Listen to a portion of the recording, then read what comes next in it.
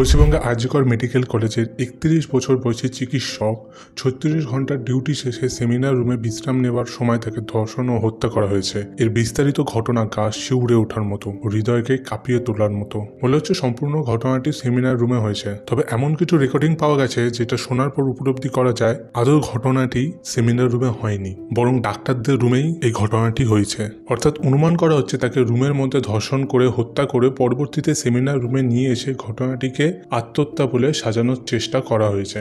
একটা শরীরকে 18 থেকে 20 জন পুরুষ মিলে আঁচড়েছে, 113টা কামড়ের দাগ তার দেহ থেকে পাওয়া গেছে, 150 গ্রাম সিমেন্ট পাওয়া গিয়েছে তার শরীরে। আপনি একবার কল্পনা করে দেখুন, একটি সুস্থ মহিলার কতক্ষণ গলা চেপে রাখলে তার চোখের জলের সাথে রক্ত বেরিয়ে আসে। মেয়েটির উপর নির্যাতন চলাকালীন যে দুইজন তার হাত ধরে রেখেছিল তাদের মধ্যে একজন তারই ফিমেল কলিগ। একজন কাছের বন্ধু হয়েও কিভাবে নিজের বন্ধুর সঙ্গে বিশ্বাসঘাতকতা করলো। চোখ দিয়ে রক্ত বেরিয়ে আসার আগে মুহূর্তে নিশ্চয়ই ফিমেল কলিগের মুখের দিকে তাকিয়ে সে মেয়েটি বলেছিল যে তুমিও তো একটি মেয়ে, আমাকে বাঁচাও। ময়না তদন্তের রিপোর্টে গভীর ক্ষতের প্রমাণ পাওয়া গেছে।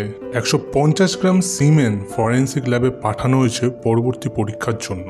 বলা হয়েছে যে তরুণীর বুকেও প্রবল পরিমাণে আঘাত দেওয়া হয়েছিল। শরীরে নির্যাতন করার চিহ্ন পাওয়া গেছে। তারপর শ্বাস রোধ করে গলা টিপে ওই তরুণীকে হত্যা করা হয়েছে। ময়নাতদন্তের রিপোর্ট হাতে পাওয়ার পর কলকাতা পুলিশ বলে খুন আর ধর্ষণের আগে প্রচন্ড পরিমাণে মারধর করা হয়েছিল এবং অধিক বল প্রয়োগ করা হয়েছিল মেয়েটির উপর। এমনকি নিজেকে বাঁচানোর প্রাণপণ চেষ্টা চালিয়ে গেছিল নির্যাতিতা। অনেকটা সময় ধস্তাধস্তির পর সে মারা যায়। মেয়েটির হাত এবং মুখের মধ্যে নানা ক্ষতবিক্ষতের দাগ পাওয়া গেছে। ময়নাতদন্তের রিপোর্টে জানা গিয়েছে নির্যাতিতা কোথায় কিভাবে ক্ষত হয়েছিল। বলা হয়েছে যে চশমাটি ভেঙে তার চোখে ক্ষত চিহ্নের সৃষ্টি করে, যার ফলে তার চোখ দিয়ে রক্ত বার হয়। এমনকি কলকাতা পুলিশ এটাও বলে মাথায় আঘাত লেগেছে, কারণ ধস্তাধস্তির সময় নির্যাতিতার মুখ চেপে ধরে দেওয়ালের মধ্যে তার মাথা ঠুকে দেওয়া হয়েছিল এবং নৃশংস ধর্ষণ এবং হত্যাকাণ্ডকে আত্মহত্যা বলে চালিয়ে দেওয়ার চেষ্টা করেছে আরজিকর মেডিকেল কলেজ।